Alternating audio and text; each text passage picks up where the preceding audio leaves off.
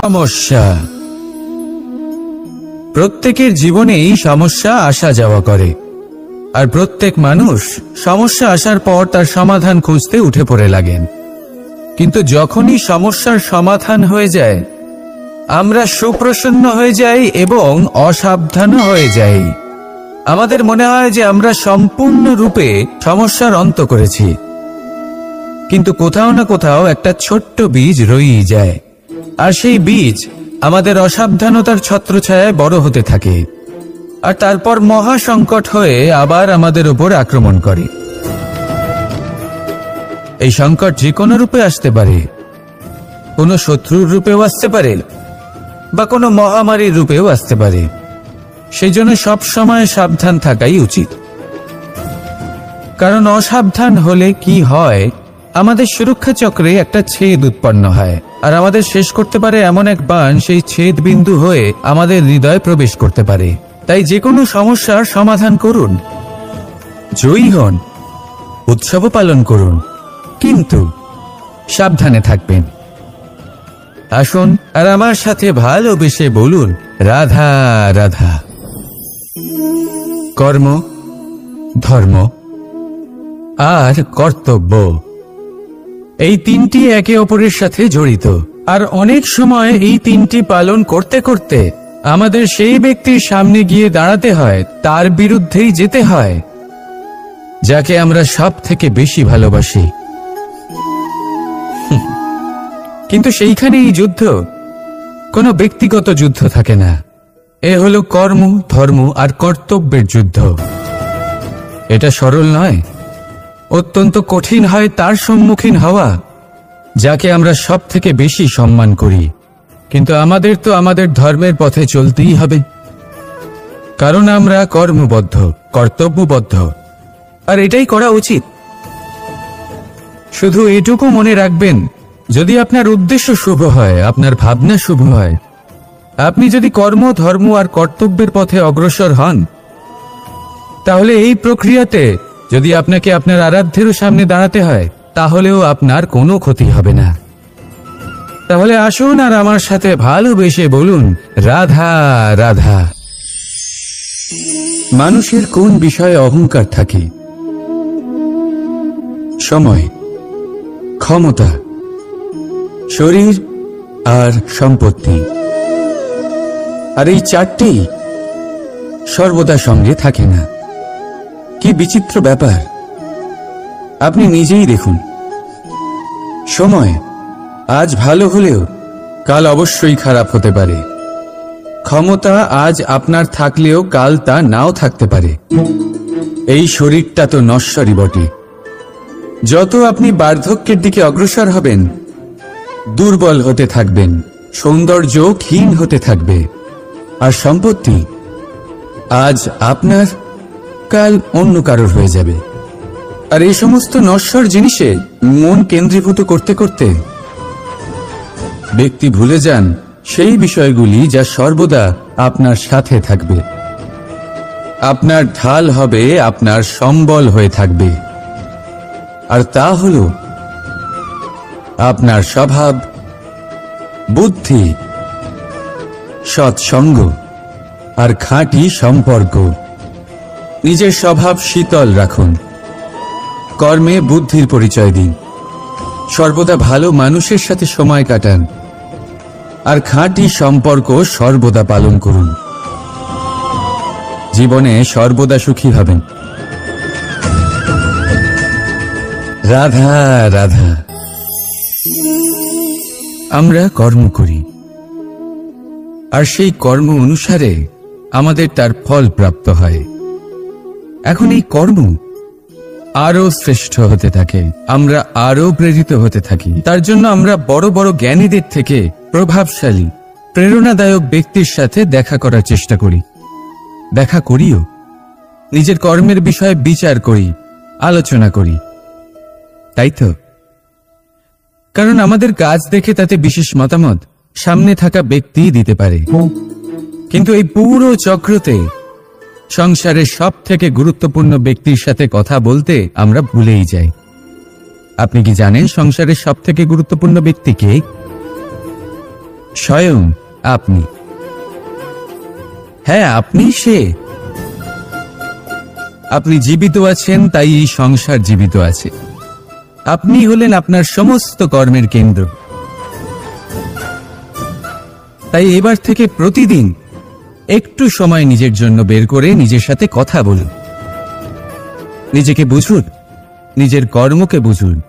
কিছু প্রশ্ন আসবে, কিছুর উত্তর পাবেন। আরো কিছু প্রশ্ন আসবে যার উত্তর আপনি অবশ্যই পাবেন, কিন্তু এটা করবেন অবশ্যই, নয়তো আপনি এই সংসারের সব থেকে গুরুত্বপূর্ণ ব্যক্তির সাথে দেখা করার সুযোগই হারিয়ে ফেলবেন। এবার বলুন, আপনি কি এরকম চাইবেন? রাধা রাধা, প্রেম, ঘৃণা, এই দুই হলো একই শব্দ। কিভাবে? দেখুন না, দুটোতেই 2.5 অক্ষর রয়েছে। দুটোই হলো সেই অনুভূতি যা আমাদের মনের সাথে জড়িত, আর এই দুই অনুভূতির সাথেই জড়িত মানুষ আমাদের জন্য গুরুত্বপূর্ণ। পার্থক্য শুধু এটাই যে প্রেম পায় সম্মান আর ঘৃণাকে করা হয় অবজ্ঞা। এরকম কেন? কারণ প্রেম হলো সেই অনুভূতি যেখানে মানুষ সব কিছু দিয়ে দিতে চায়, সব কিছু লুটিয়ে দিতে চায়। সেখানে ঘৃণা হলো এমন অনুভূতি যেখানে মানুষ সবকিছু কেড়ে নিতে চায়, সবকিছু জিতে নিতে চায়। তাও প্রেমের অনুভূতি কখনো আপনাকে হারতে দেয় না, আর ঘৃণার অনুভূতি কখনো আপনাকে জিততে দেয় না। এবার কি করবেন আপনি? একটাই জীবন। ঘৃণার সাথে বাঁচবেন নাকি প্রেমের সাথে? আমি তো প্রেমকেই চয়ন করব। রাধা রাধা।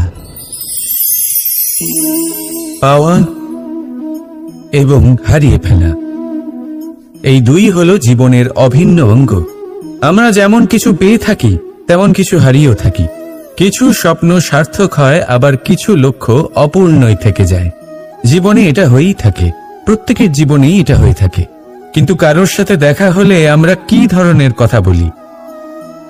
আমরা সেই কথাই বলি যা আমরা হারিয়েছি। নিজেও দুঃখ পাই, আবার সামনের মানুষটাকেও দুঃখ দিই। তার থেকে অন্যরকম কিছু করার চেষ্টা করুন, ধনাত্মক চিন্তা করার চেষ্টা করুন। মন সেদিকেই দিন। স্মরণ শুধুমাত্র তাকেই করুন, গুরুত্ব তাকেই দিন যিনি আপনার কাছে রয়েছেন। যিনি আপনার কাছে নেই তার আশায় কষ্ট কেন পাচ্ছেন আপনি? সেগুলিকেই প্রাধান্য দিন যা আজ এখন বর্তমানে আপনার কাছে রয়েছে। যেমন আমি কংস মামাকে স্মরণ করি না, যিনি আমার ছেলেবেলা নষ্ট করে দিয়েছেন। আমি স্মরণ করি আমার যশোদা মাকে, আমার বলরাম দাদাকে, আমার রাধাকে, যারা আমার জীবনকে ভরিয়ে তুলেছেন। আপনিও ঠিক এটাই করুন, আর আমার সাথে ভালোবেসে বলুন, রাধা রাধা। কথায় বলা হয়, জীবনে ভালোবাসাই হলো সুখের মূল। এটা সত্য। এবার প্রশ্ন হলো এটাই যে এই ভালোবাসা কার সাথে করা উচিত? যদি আপনি কিছুক্ষণের জন্য সুখ পেতে চান, তাহলে ভালোবাসুন নিজের রুচি মতো। যদি আপনি কিছুদিনের জন্য সুখ পেতে চান, ভালোবাসুন নিজের বন্ধুদের। যদি আপনি কয়েক মাসের জন্য, কয়েক বছর বা অনেক বছরের জন্য সুখী হতে চান, তাহলে ভালোবাসুন নিজের পরিবারকে, মাতা পিতা, নিজের সন্তান, স্বামী স্ত্রী, নিজের আত্মীয়দের। কিন্তু যদি আপনি চিরকালের জন্য সুখী হতে চান, তাহলে ভালোবাসতে হবে শুধু নিজের কর্মগুলিকে। কারণ সম্পর্ক যেমনই হোক না কেন, কখনো না কখনো ভেঙে যাবেই। এই সংসার হলো এমনই যে যাদের সঙ্গ আমরা পাই, তাদের সঙ্গ একদিন ত্যাগ করতে হয়। শুধু কর্মই হলো এমন এক সঙ্গ যা কখনো আপনাকে ত্যাগ করবে না। আপনার মৃত্যুর পরেও এই কর্ম আপনাকে বাঁচিয়ে রাখবে। তাই সবসময় মনে রাখবেন, এই কর্ম ধর্ম মনে করে পালন করা উচিত। জীবনের শেষ মুহূর্ত পর্যন্ত কর্মকে ভালোবাসুন। জীবনের শেষ মুহূর্ত পর্যন্ত সুখে থাকবেন। আর আমি তো সবসময় বলি, শুধু কর্ম করতে থাকো, ফলের চিন্তা করো না। তাহলে আসুন আর আমার সাথে ভালোবেসে বলুন, রাধা রাধা। সদিচ্ছা। দেখতে গেলে 3 অক্ষরে তৈরি এই শব্দ, কিন্তু সমস্ত ত্রিলোক তার উপরেই আধারিত।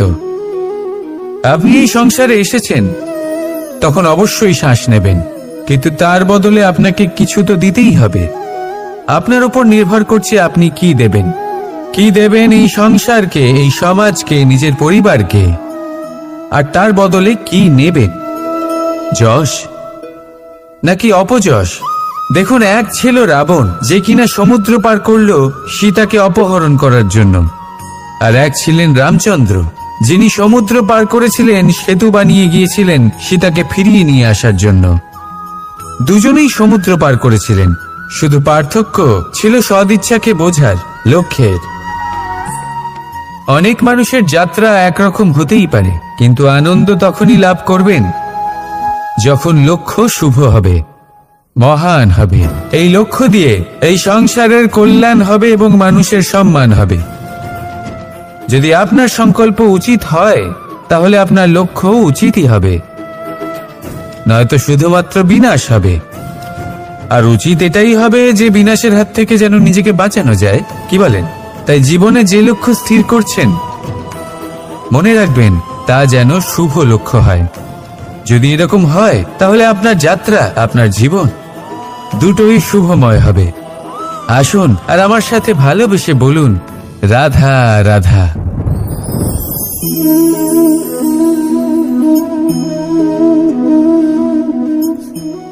মুক্ত।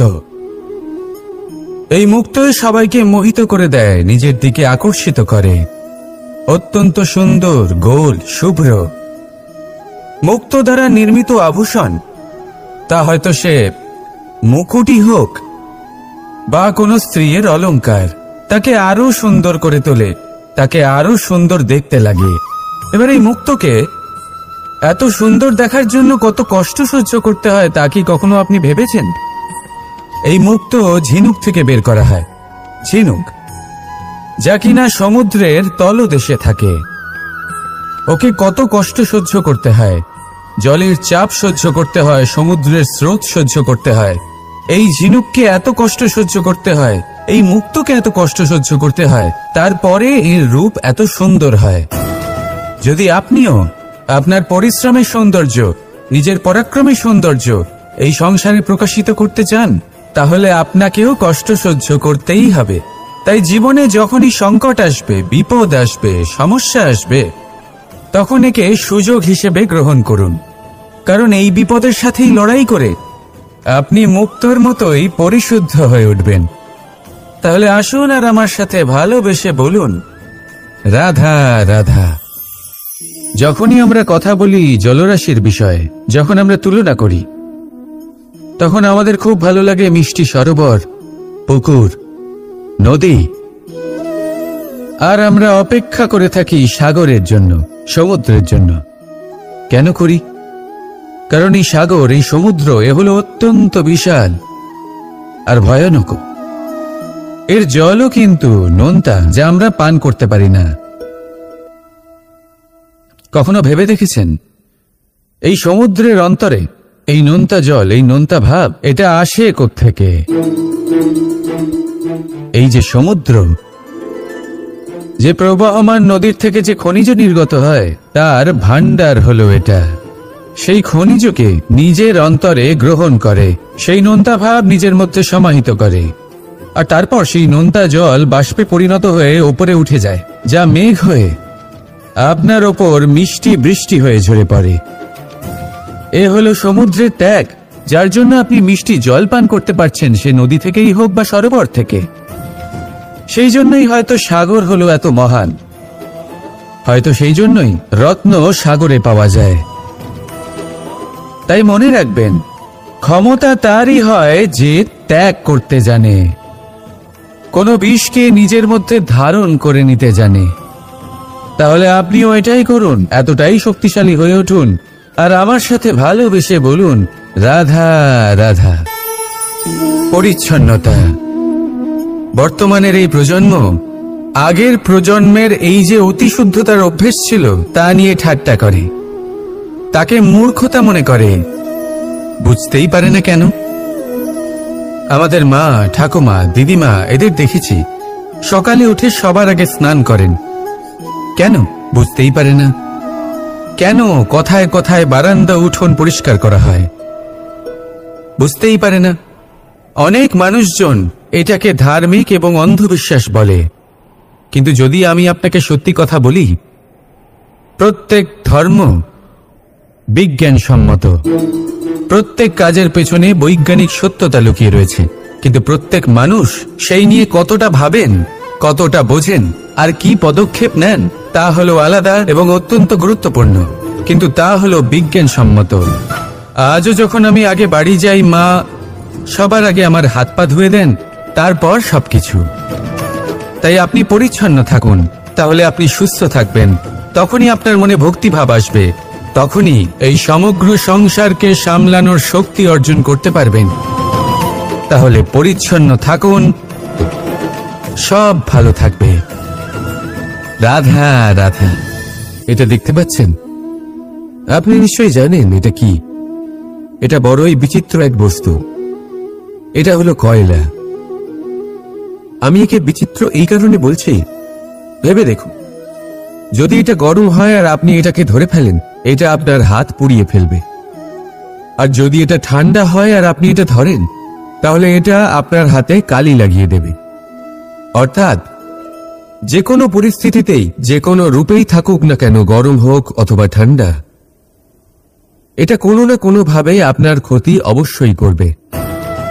এরকমই হয় খারাপ মানুষজন, বদসঙ্গ, ঠিক কয়লার মতো। আপনি যদি কিছু নাও করেন, যাই হয়ে যাক, এরা যদি আপনার কাছে থাকে, তাহলে কোনো না কোনোভাবে জীবনে আপনার কোনো না কোনো ক্ষতি অবশ্যই হবে। তাই নিজের জীবনে সবসময় সঙ্গতের নির্ণয় অত্যন্ত ভেবেচিন্তে করবেন। রাধা রাধা। ইচ্ছে, সিদ্ধান্ত আর নিশ্চয়তা, এই শব্দগুলো আমরা আমাদের জীবনে অনেকবার শুনেছি, তাই না? জীবনে অনেক সময় অনেক কিছু পেতে খুবই ইচ্ছে করে, কিন্তু শুধু ইচ্ছে হলেই কি সবকিছু পাল্টায়? সবকিছু পাওয়া যায়? অনুর্বর জমিতে বাস করা ব্যক্তির মনে ইচ্ছে হয় যেন সে শীতল জল পায়, কিন্তু সে পায় না। যে এক কুয়ো খোঁড়ার সিদ্ধান্ত নিয়েছে, সে মাটি খোঁড়ার জন্য কোদাল অবশ্যই পেয়ে যায়। আর যে নিশ্চিত করে নিয়েছে, সে দেরি করে হলেও সেই শীতল জল অবশ্যই পেয়ে যায়। তাই জীবনে কেবল ইচ্ছে করবেন না, সিদ্ধান্ত নিন আর তারপর নিশ্চিত করুন, সব পেয়ে যাবে। আর ভালোবেসে বলুন, রাধা রাধা। স্বপ্ন আর লক্ষ্য একই মনে হয়। এই দুইয়েরই কথা মানুষ কল্পনা করেন, এই দুই মানুষ অর্জন করতে চান।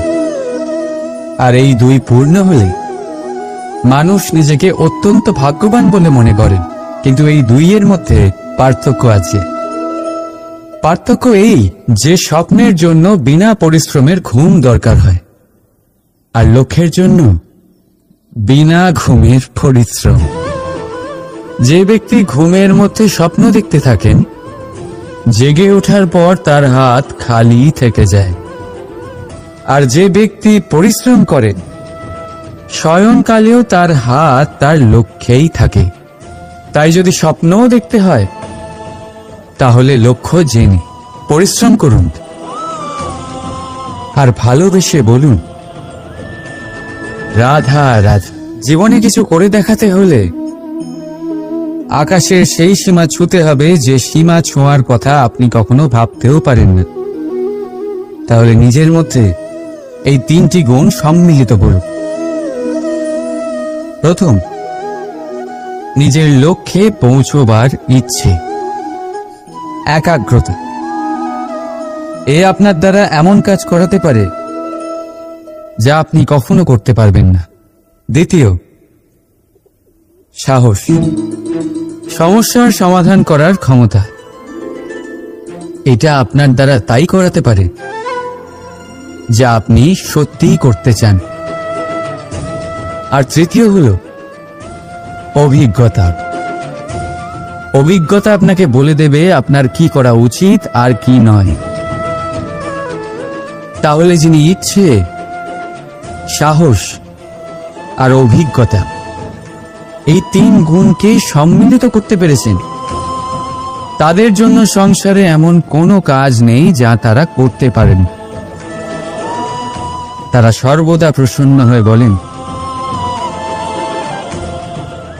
রাধা রাধা। মানুষের একটা বিশেষ প্রবৃত্তি হলো তারা কখনো নিজেকে নিয়ে সন্তুষ্ট হন না, কখনো নিজেকে নিয়ে প্রসন্ন হন না। যা আছে তার থেকে বেশি পেতে চান, যা পেয়ে গেলেন তার থেকে আরো বেশি পেতে চান। নিজেদের জীবনে বদল, পরিবর্তন আনতে চান। আর এই প্রবৃত্তি এই সংসারের সবচেয়ে মহান, কারণ এই প্রবৃত্তির জন্যই সংসারের বিকাশ হয়। কিন্তু এই বদলের জন্য মানুষ তার খোঁজে থাকেন যা তার জীবনে বদল আনতে পারবে, তাকে পথ দেখাতে পারবে, তার জীবনে পরিবর্তন আনতে পারবে। আর তাই মানুষ সংসার জুড়ে তাকেই খোঁজেন যিনি তার পাশেই আছেন।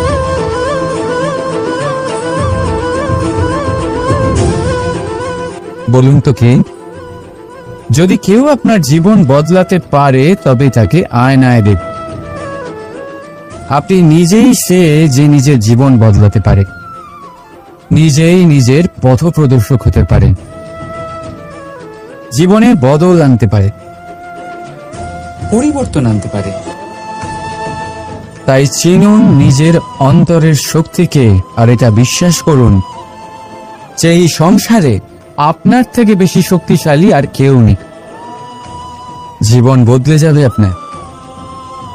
আর অন্ধবিশ্বাস নয়, আত্মবিশ্বাসের হাত ধরুন। আপনার সমস্যা আপনা থেকেই দূর হয়ে যাবে। তাই ভালোবেসে বলুন, রাধা রাধা। প্রদীপ জ্বালানোর কাজ বড়ই আনন্দদায়ক। উজ্জ্বলতার এই শিখা যেন আত্মার মধ্যে গিয়ে মনে উল্লাস ভরে দেয়।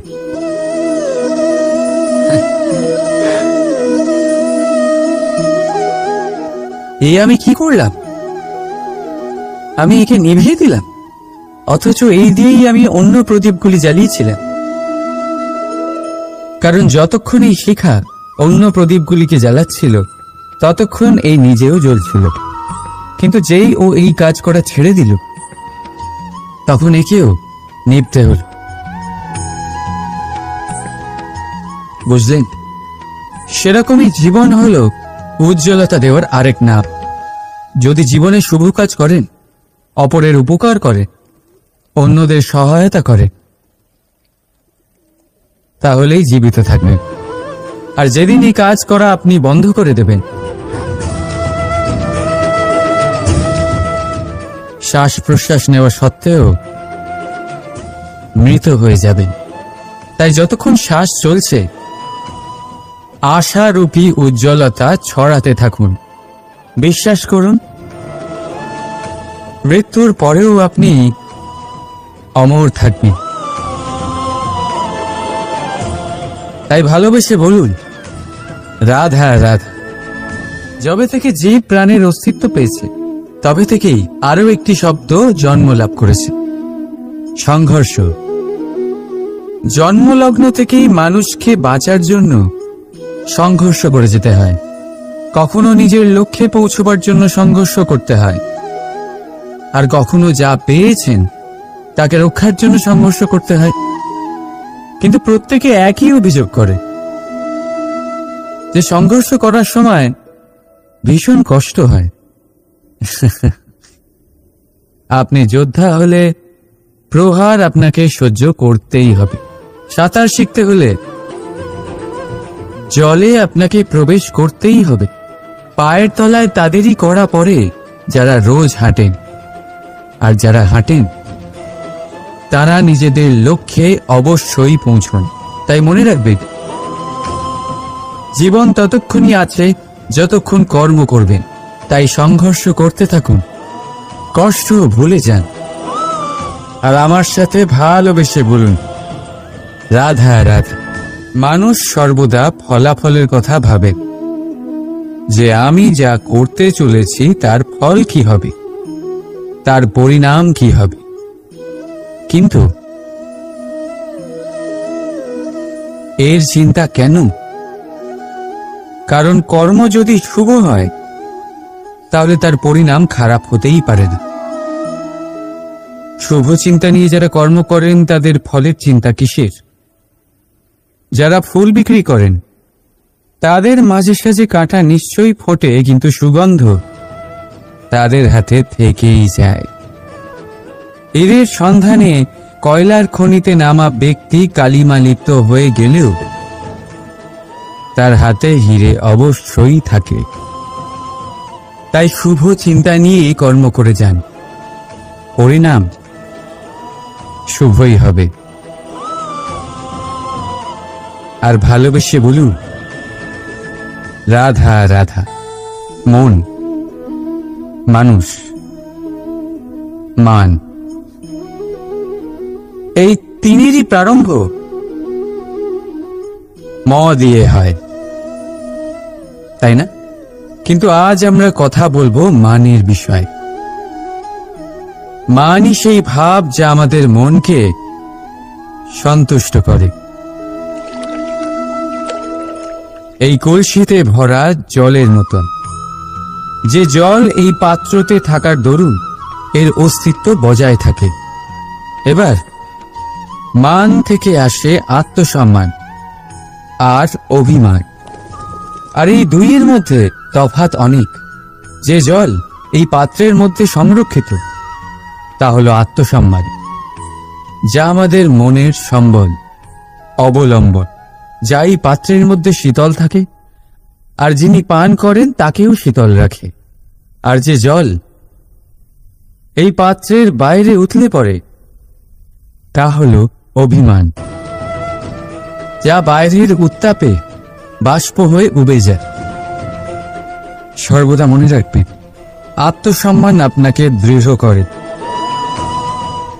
আপনাকে শক্তি প্রদান করে, আর অভিমান আপনাকে দুর্বল করে দেয়। তাহলে কি হতে চান আপনি? আত্মসম্মানী নাকি অভিমানী? সিদ্ধান্ত আপনার। রাধা রাধা। সমস্যা, প্রত্যেকের জীবনেই সমস্যা আসা যাওয়া করে, আর প্রত্যেক মানুষ সমস্যা আসার পর তার সমাধান খুঁজতে উঠে পড়ে লাগেন। কিন্তু যখনই সমস্যার সমাধান হয়ে যায় আমরা সুপ্রসন্ন হয়ে যাই এবং অসাবধান হয়ে যাই।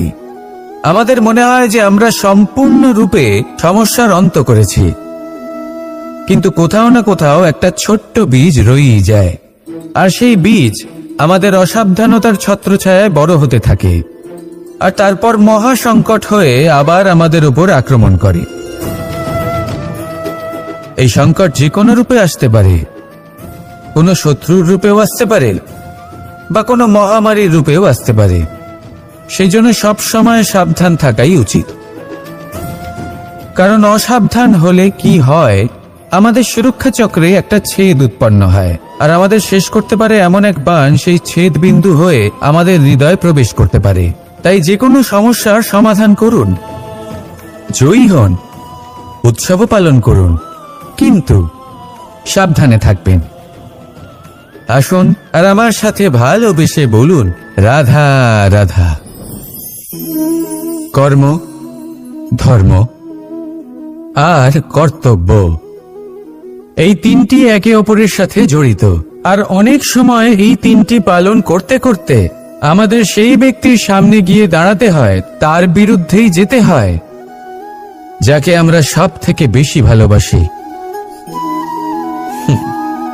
কিন্তু সেইখানেই যুদ্ধ, কোনো ব্যক্তিগত যুদ্ধ থাকে না। এ হলো কর্ম, ধর্ম আর কর্তব্যের যুদ্ধ। এটা সরল নয়, অত্যন্ত কঠিন হয় তার সম্মুখীন হওয়া যাকে আমরা সব থেকে বেশি সম্মান করি, কিন্তু আমাদের তো আমাদের ধর্মের পথে চলতেই হবে, কারণ আমরা কর্মবদ্ধ, কর্তব্যবদ্ধ, আর এটাই করা উচিত। শুধু এটুকু মনে রাখবেন, যদি আপনার উদ্দেশ্য শুভ হয়, আপনার ভাবনা শুভ হয়, আপনি যদি কর্ম, ধর্ম আর কর্তব্যের পথে অগ্রসর হন, তাহলে এই প্রক্রিয়াতে যদি আপনাকে আপনার আরাধ্যেরও সামনে দাঁড়াতে হয়, তাহলেও আপনার কোনো ক্ষতি হবে না। তাহলে আসুন আর আমার সাথে ভালোবেসে বলুন, রাধা রাধা। মানুষের কোন বিষয়ে অহংকার থাকে? সময়, ক্ষমতা, শরীর আর সম্পত্তি। আর এই চারটি সর্বদা সঙ্গে থাকে না। কি বিচিত্র ব্যাপার! আপনি নিজেই দেখুন। সময় আজ ভালো হলেও কাল অবশ্যই খারাপ হতে পারে। ক্ষমতা আজ আপনার থাকলেও কাল তা নাও থাকতে পারে। এই শরীরটা তো নশ্বরই বটে। যত আপনি বার্ধক্যের দিকে অগ্রসর হবেন, দুর্বল হতে থাকবেন, সৌন্দর্য ক্ষীণ হতে থাকবে। আর সম্পত্তি আজ আপনার, কাল অন্য কারোর হয়ে যাবে। আর এই সমস্ত নশ্বর জিনিসে মন কেন্দ্রীভূত করতে করতে ব্যক্তি ভুলে যান সেই বিষয়গুলি যা সর্বদা আপনার সাথে থাকবে, আপনার ঢাল হবে, আপনার সম্বল হয়ে থাকবে। আর তা হল আপনার স্বভাব, বুদ্ধি, সৎসঙ্গ আর খাঁটি সম্পর্ক। নিজের স্বভাব শীতল রাখুন, কর্মে বুদ্ধির পরিচয় দিন, সর্বদা ভালো মানুষের সাথে সময় কাটান, আর খাঁটি সম্পর্ক সর্বদা পালন করুন। জীবনে সর্বদা সুখী হবেন।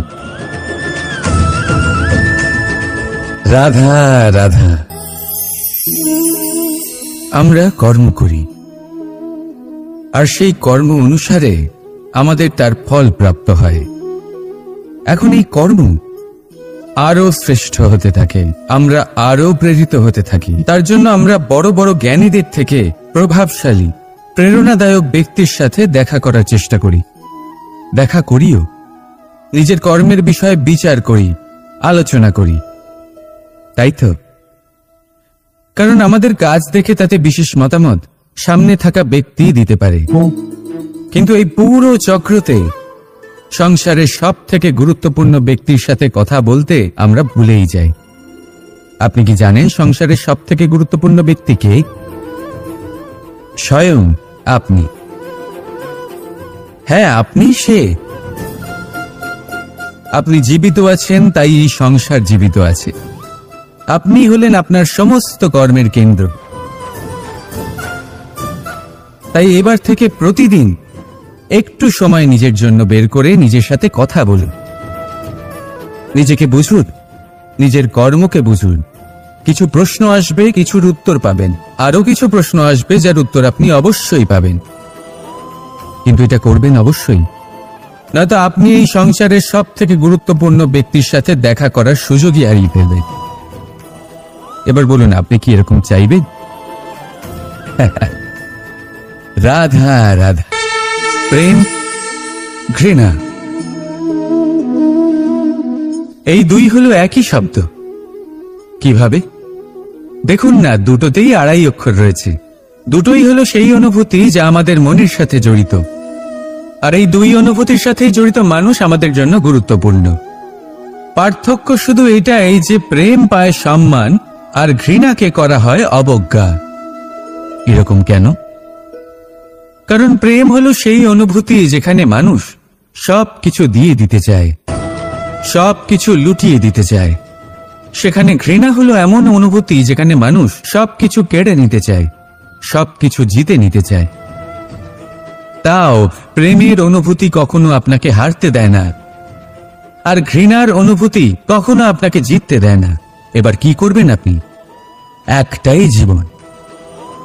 ঘৃণার সাথে বাঁচবেন নাকি প্রেমের সাথে?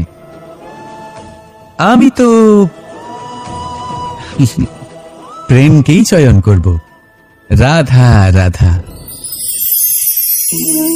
পাওয়া এবং হারিয়ে ফেলা, এই দুই হলো জীবনের অভিন্ন অঙ্গ। আমরা যেমন কিছু পেয়ে থাকি তেমন কিছু হারিয়েও থাকি। কিছু স্বপ্ন সার্থক হয়, আবার কিছু লক্ষ্য অপূর্ণই থেকে যায়। জীবনে এটা হয়েই থাকে, প্রত্যেকের জীবনেই এটা হয়ে থাকে। কিন্তু কারোর সাথে দেখা হলে আমরা কি ধরনের কথা বলি? আমরা সেই কথাই বলি যা আমরা হারিয়েছি। নিজেও দুঃখ পাই, আবার সামনের মানুষটাকেও দুঃখ দিই।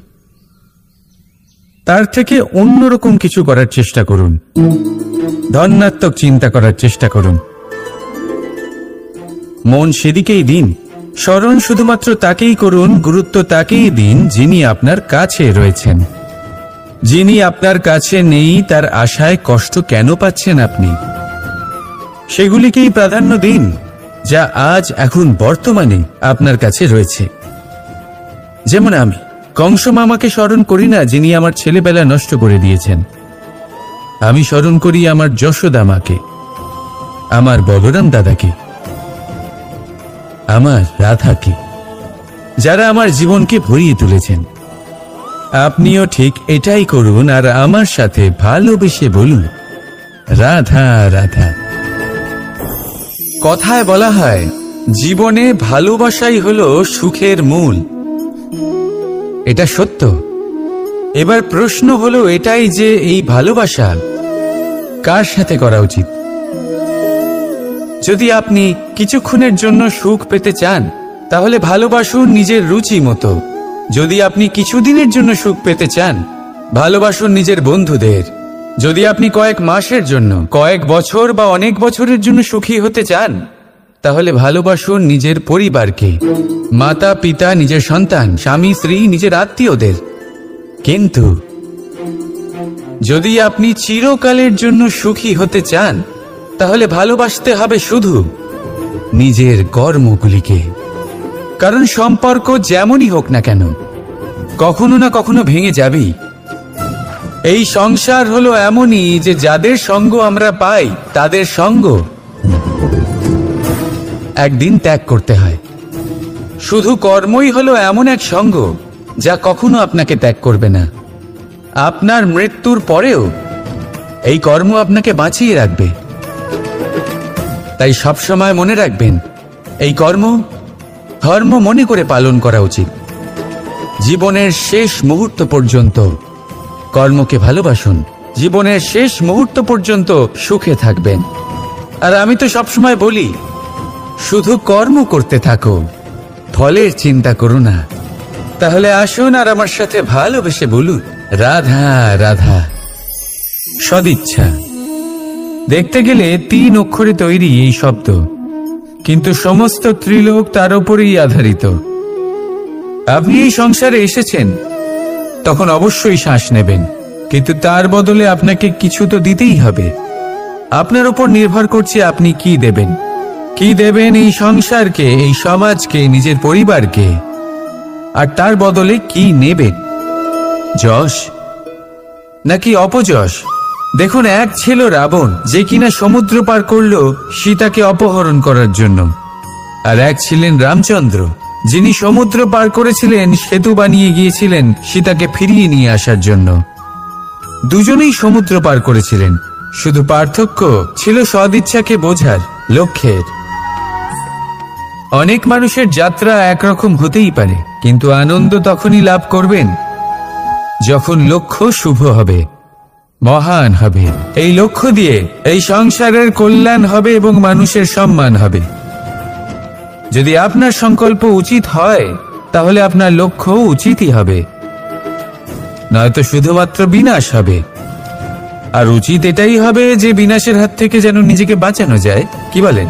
তাই জীবনে যে লক্ষ্য স্থির করছেন মনে রাখবেন তা যেন শুভ লক্ষ্য হয়। যদি এরকম হয় তাহলে আপনার যাত্রা, আপনার জীবন দুটোই শুভময় হবে। আসুন আর আমার সাথে ভালোবেসে বলুন, রাধা রাধা।